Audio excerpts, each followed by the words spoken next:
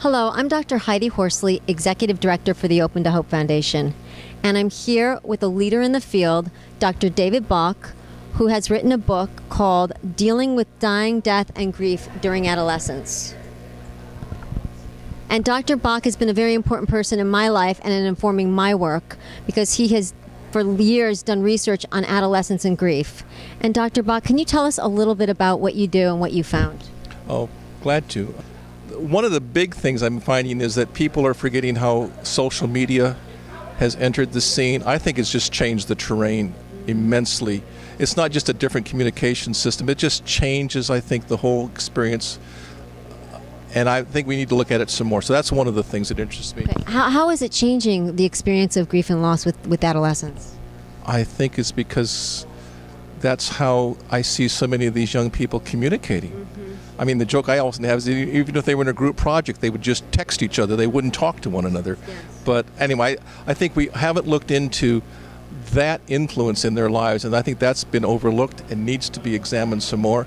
That's one thing. The other thing is that one of the things that impresses me is people forget is all the other issues that are going on in adolescents' lives when they're ambushed by a bereavement. And I think we need to know the backstory behind adolescent development and all the things that are leading them to grow up, and how bereavement is going to really make a major difference in the adult they become. So I talk about the backstory behind any adolescent bereavement. And what kind of differences do you see being made in kids' lives that have had a loss? My impression is, and I haven't seen this countered yet, but it may be the case that it has been, is I have yet to meet a single adolescent who's coped with the death of somebody they care for, who's afraid to be around somebody else who's bereaved. I've yet to find one. Right.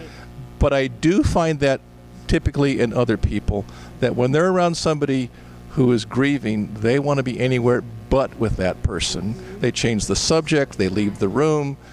So I found that there's something that happens that's a courage builder, a character development that seems to happen.